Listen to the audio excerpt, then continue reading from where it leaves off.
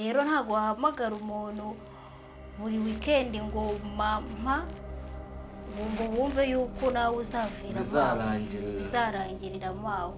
Rero icyo navugaga ni ugukora amaboko mu mufuka tugakora tukarya ibyacu twebwe twihigiye, kuko kurya ibintu wakoreye biraryoha kurusha ibyo wahawe.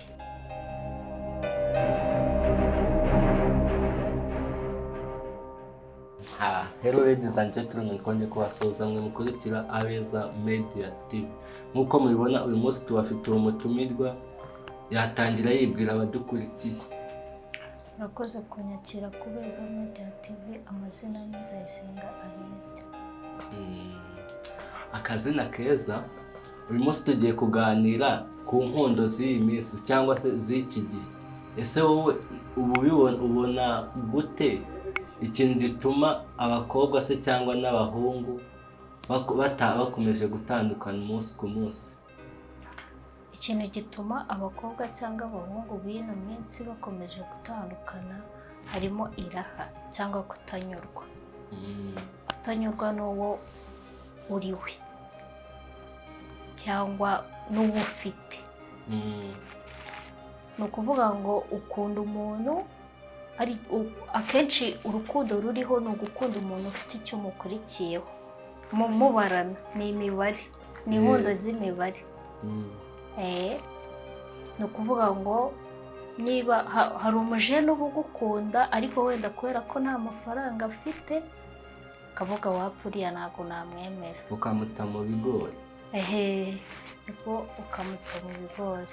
Hari undi mujene nawe uba ufite amafaranga, urumva aho amafaranga akubise haroroha. Niyo mpamvu rero umuntu araza agakunda ya mafaranga, ntabwo aba akunze wowe, akunda amafaranga. Muri make abakobwa b'iyi minsi mwe mufokasinze ku mafaranga, ntabwo mufokasinze ku rukundo. Ntabwo ari bose, harimo bakenya beza kuko aba n'umwe agatukisha bose. Ariko nyine abenshi bakunda amafaranga. Mu busanzwe se uri single cyangwa ufite umukunzi? Ndamufite. Okay, mubanye mute? Tubanye neza. None se ikintu cy'uko abahungu bagenda bavuga ngo abakobwa nimwe mubahemukira, urundi ruhande twumva abakobwa nibo bavuga ngo abahungu nibo babi, wowe ubyumva gute? Biterwa, abahungu barahemuka n'abakobwa bagahemuka. Ku ruhande rwawe wowe ubibona muri he side? Ku ruhande rwanjye ukuntu mbibona, buriya abahungu bagira urukundo. Iyo agukunze ashobora kugukunda, akagukunda, ariko nyine ku bakobwa twebwe tuba dufite urukundo ariko ntabwo runganya nk'urw'abahungu baba badufitiye. Njye nshobora kuba mfite nka 80, umuhungu wenda afite nka 90. Aribyo navuze ngo iyo adafite ikintu agufasha hari igihe uvamo ukigendera. Muri make iyo ukundanye n'umujama ukabona nta kintu agufata, uhitamo kwiviramo ukikomereza. Kuri bamwe, ntabwo ari bose. Ariko abenshi biviramo, ni viziyo. Muri make ubwo icyo ushaka iyo kibuze ujya kugishakira aho kiri. None se ikintu cyo gusanga umukobwa afite abahungu nk'icumi akundana nabo, cyangwa se umuhungu afite abakobwa nka 7 cyangwa nawe 10 akundana nabo, ibyo bintu ubyumva ute se? Nawe niko umeze, bimeze bite? Oya, njye ntabwo ari komeze, ariko ukuntu mbyumva ntabwo nyine umuntu ukunda abantu benshi ntabwo aba afite urukundo. Kuko urukumva bose aba babeshya. Yego hari igihe aba afitemo umwe ariko nawe ntabwo aba amukunze cyane. Ushobora gusanga hari ubasaranganya urukundo. Arasaranganya. Urumva bafite urusaranganya bose gake karinganiye ko kubaha bose. Ariko ugasanga wenda hari uwakunda kurusha abo bandi bose se, cyangwa se bose bari mu gatebo kamwe. Oya, hari uba ukunda kurusha abo bandi, ni ukuvuga ngo na telekomande na televiziyo igira amasheni menshi ariko telekomande akaba ari imwe. Bishatse kuvuga iki? Hari igihe aba afite abo bose ariko afitemo umwe w'ingenzi akunda. None se kuki atafokasinga kuwo wenyine agashaka iyindi sheni, izindi sheni azajya agira? Nyine urumva ni bya bindi navugaga, umuntu ukunda buriya kugira ikintu umwaka biragoye, ariko iyo afite abandi yifashisha ku ruhande aravuga ati niba ngize ikibazo reka mpamagare wa wundi uri ku ruhande atari wa wundi. Ubwo muri make ba bandi baba bahabereye mu guhanduringa ibibazo azajya ahura nabyo cyane. Nose nk'uko watubwiye ko nawe ufite umukunzi, ntawe ufite ku ruhande bagufasha guhanduringa tumwe mu tubazo ujya uhura natwo umunsi ku munsi? Nawe. Kubera iki? Ngenda nyurwa, icyo bita kunyurwa n'uwo uri we n'icyo uri cyo kaniyubaha. Ega kunyurwa ntawe utanyurwa, ariko hari ukuntu umuntu aba agomba kugira bakapu ku ruhande zizajya zikemura ibibazo. Oya, ubwo bakapu yindi yaza ku rundi ruhande mu bundi buryo ariko atari ubwo buryo. Gute ubwo? Ashobora kuza nk'inshuti bisanzwe akaguha bakapu ariko atari ukuvuga ngo uramukunda, kuko urumva ntabwo uba umukunda uba ukunze ya bakapu aguha. Nyine nawe wakunda bakapu nk'uko abandi babigenza. Oya.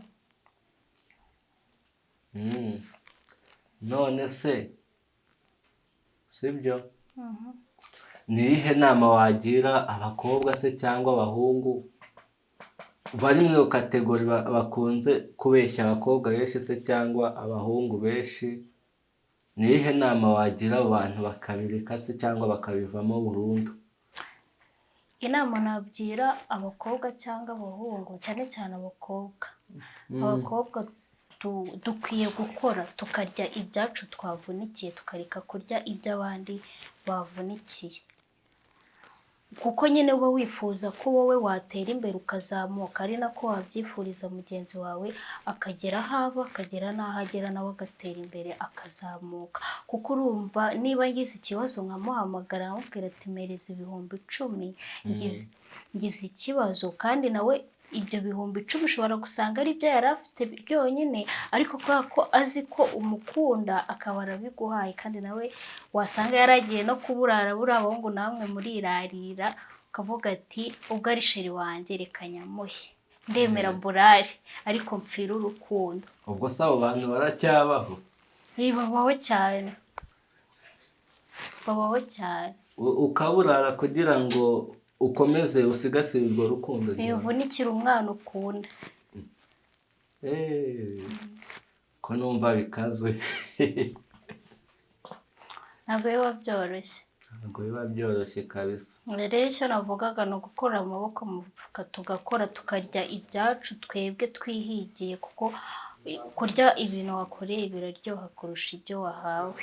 Kandi ku rundi ruhande bavuga ngo iby'ubuntu nibyo biryoha kurusha ibyakuvunnye. Oya, ntabwo ari byo biryoha. Buriya akantu we wavunikiye ubasha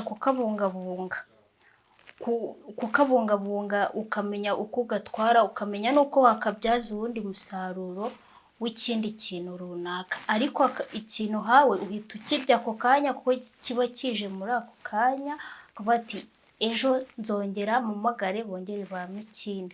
Ariko iyo uzi yuko wakivunikiye wowe ubwawe, iyo uzi ko wakivunikiye uravuga ntabwo nzongera kubona ikindi vuba, ngomba gufata iki ngiki nkakibyaza umusaruro, nkakora nkagera kure. Urumva rero ntabwo biba bingana nka bya bindi wahawe uvuga ati ndahita mbirya nonaha ejo bongere bampe ibindi. Ibyo nabyo wabirya kuko uvuga ati ibi ni ibintu bihoraho, buri munsi biraza n'ejo bizaza. N'ibyo byakuvunnye nabyo nimba wenda ari akazi ukora uvuga ati uku kwezi kuzashira mpembwe n'ukundi kuze. Oya, ikintu wavunikiye ntabwo kingana n'ikintu wahawe ku buntu. ntabwo bingana.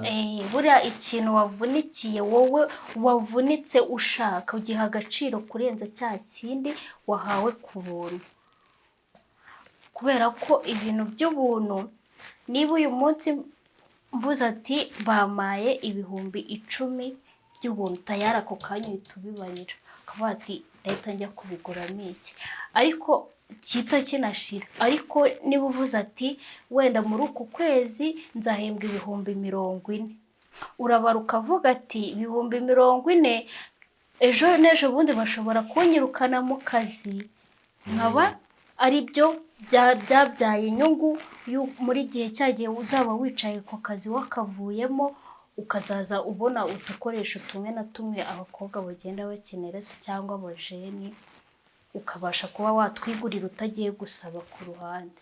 Kuki se utumva ko wa musore uri kuguha ayo mafaranga umunsi ku munsi ejo nawe yagenda ya mafaranga wabonaga agahagarara? Nabwo yagenda, birashoboka.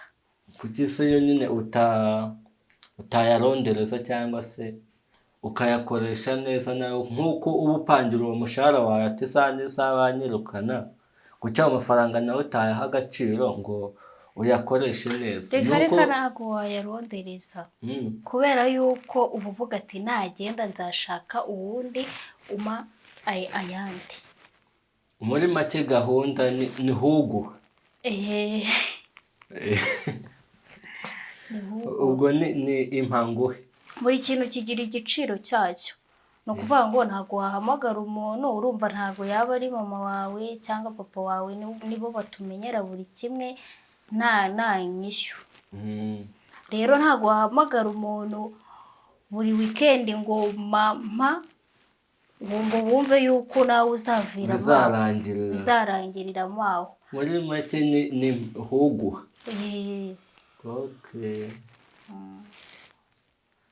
So reka tugushimire kubw'umwanya wawe wafashe ukaza ukaganira natwe ukagira inama bamwe mu basore cyangwa abakobwa. Turagushimiye. Kuri televiziyo yacu nakagaruka. Ciao ciao.